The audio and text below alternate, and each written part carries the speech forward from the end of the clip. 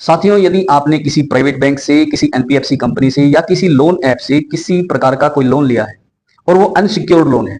Unsecured का मतलब है आपने उस लोन के बदले में कोई भी अपनी सिक्योरिटी वगैरह कोई जमा नहीं, डिपॉजिट नहीं कराई है और आप इस सिचुएशन में नहीं है कि आप उसकी ईएमआई या पेमेंट वगैरह कर सकें। साथियों, आपके पास पैसे हैं तो उनके पैसे दे दें और मरे हुए सांप को अपने गले से निकाल दें। नहीं पैसे हैं तो चवन्नी छाप एजेंट आपको परेशान कर रहे हैं तो वो ऐसा नहीं कर सकता, क्योंकि लोन रिकवरी एजेंट के पास सबसे पहले डीआरए का लाइसेंस होना चाहिए। अब जो डीआरए लाइसेंस होता है वो सभी रिकवरी एजेंट के पास नहीं होता। डीआरए लाइसेंस के लिए कम से कम 100 घंटे की ट्रेनिंग लेनी पड़ती है।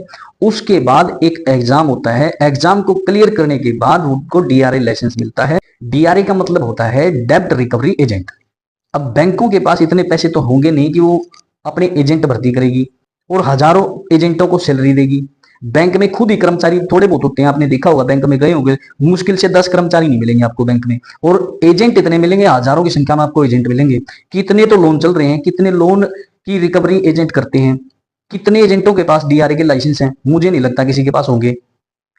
अब बैंक क्या करता है, बैंक किसी थर्ड पार्टी कंपनी को टेंडर देती है लोन रिकवरी के लिए, उसको डीआरए प्रोवाइड करा देती है। अब वो कंपनी क्या करती है, 5-7 हजार में ये चवन्नी छाप एजेंटों की भर्ती कर लेती है, उनके आई कार्ड अपनी ही कंपनी के दे देती है, इशू कर देती है। अब क्या होता है कि वो एजेंट आपको, आपके साथ बदतमीजी करते हैं, आपको गाली गलौज करते हैं आपकी रिकवरी के लिए, लोन की रिकवरी के लिए, आपको कहीं भी रास्ते में रुकवा लेते हैं, आपकी गाड़ी को छीनने की कोशिश करते हैं। तो सबसे पहले आपको उनके डीआरए का लाइसेंस देखना है, उनके पास आइडेंटिटी कार्ड होना चाहिए, उनके पास विजिटिंग कार्ड होना चाहिए, विजिटिंग अथॉरिटी लेटर होना चाहिए कंपनी की तरफ से या बैंक की तरफ से। पहली बात तो थर्ड पार्टी का कोई भी एजेंट, थर्ड पार्टी कंपनी का कोई भी एजेंट आता है तो उससे किसी भी तरह से आपको बात करने की जरूरत नहीं है। पहली बात तो उसका आपसे बात करने का मतलब ही नहीं बनता। अगर वो आपसे फोन पे बात करता है और फोन पे ये कहता है कि आपसे मिलना चाहता है, तो उससे आप उसको टाइम दोगे, आप उसको जगह मेंशन करोगे, आप उसको दिन बताओगे कि उस दिन मिलूंगा, वहां मिलूंगा और उस टाइम पे मिलूंगा। वो अपनी मनमर्जी आप पर नहीं थोप सकता। अब बात आती है कि रिकवरी एजेंट आपकी कॉन्टैक्ट लिस्ट में जितने भी रिश्तेदारों के नंबर हैं उन सबके पास फोन करता है और फोन कर करके आपकी बेइज्जती करता है। एक झूठ बात ये बोलते हैं कि उन्होंने आपका रेफरेंस देके लोन लिया था। अब इन चवन्नी छाप एजेंटों का सबसे बड़ा समाधान है, इनसे बिल्कुल बात मत करो। ये घर के अंदर आपके घुस नहीं सकते। अगर आपके घर के अंदर ये घुस जाते हैं तो इनकी अच्छे से खातिरदारी करो। खातिरदारी का मतलब आप समझ गए होंगे। कानून आपको अपने हाथ में नहीं लेना है, आपको 112 नंबर पर कॉल करो, पुलिस को बुलाओ और इन पर एक्शन लो।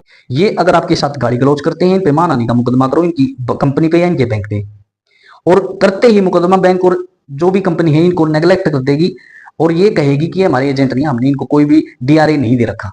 इन चवन्नी छाप एजेंटों को हरिद्वार तक पहुंचाने का काम एडवोकेट का है, वकीलों का है।